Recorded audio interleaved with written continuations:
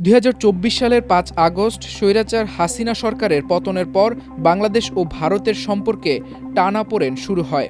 Doctor Mohammad ইউনূসের নেতৃত্বাধীন অন্তর্বর্তী সরকারের আমলে বিভিন্ন ইস্যুতে দুদেশের সম্পর্কে একরকম উত্তেজনা বহাল থাকে।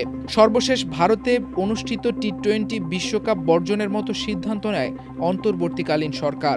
এবার নতুন সরকারের সময়ে এসে বাংলাদেশের আকাশসীমায় নিষেধাজ্ঞায় পড়ল ভারতীয় বিমান সংস্থা স্পাইজেট। বাংলাদেশ বিমান চলাচল কর্তৃপক্ষ জানায়, আকাশসীমা ব্যবহারের ফি বাবদ স্পাইজেটের কাছে বড় অঙ্কের পাওনা রয়েছে বাংলাদেশের। দীর্ঘ সময় ধরে তাগাদা দেওয়া সত্ত্বেও সংস্থাটি সেই বকেয়া মেটাতে কর্ণপাত করেনি। ফলে বাংলাদেশের আকাশপথ স্পাইজেটের জন্য বন্ধ করে দেওয়া হয়েছে। ফ্লাইট রাডার 24 এর তথ্য অনুযায়ী গতকাল বৃহস্পতিবার থেকে কলকাতা গুয়াহাটি ও কলকাতা ইম্ফল রুটের ফ্লাইটগুলো বাংলাদেশ আকাশসীমা এড়িয়ে দীর্ঘতর রুট ব্যবহার করছে। ভারতীয় সংবাদ মাধ্যম এনডিটিভি এক প্রতিবেদনে জানিয়েছে, আকাশসীমা ব্যবহারে বাংলাদেশের এই নিষেধাজ্ঞার ফলে স্পাইজেটের কিছু ফ্লাইট এখন লং রুট ঘুরে চলাচল করছে।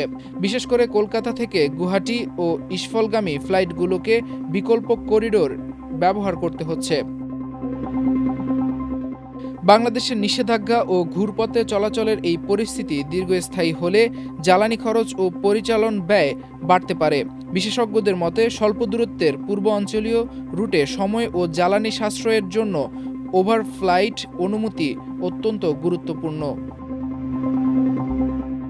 এমন এক সময় এই পরিস্থিতি তৈরি হয়েছে যখন স্পাইজেট ইতোমধ্যে আর্থিক চাপে আছে। ২০২৫ সালের ডিসেম্বর পর্যন্ত প্রান্তিক স্পাইজেট ২৬৯.২৭ কোটি রুপি নিট লোকসানের কথা জানিয়েছে।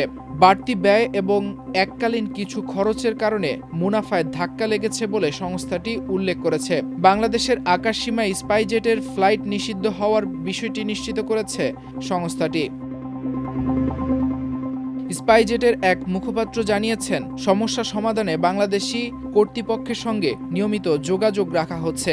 তিনি বলেন, পরিচালনাগত ও প্রক্রিয়াগত বিষয় যার মধ্যে নেভিগেশন সংক্রান্ত চার্জ আছে, সেগুলো নিয়ে সংশ্লিষ্ট কর্তৃপক্ষের সঙ্গে আমাদের নিয়মিত আলোচনা চলছে। এগুলো শিল্প খাতের স্বাভাবিক বিষয়। সমস্যা দ্রুত সমাধানের জন্য আমরা গঠনমূলক কাজ করছি। তবে খাত সংশ্লিষ্ট পর্যবেক্ষকদের মতে, বাংলাদেশের আকাশসীমা ব্যবহারের উপর আরোপ করা এই নিষেধাজ্ঞার দীর্ঘায়িত হলে পরিচালনা ব্যয় অতিরিক্ত চাপ তৈরি হতে পারে।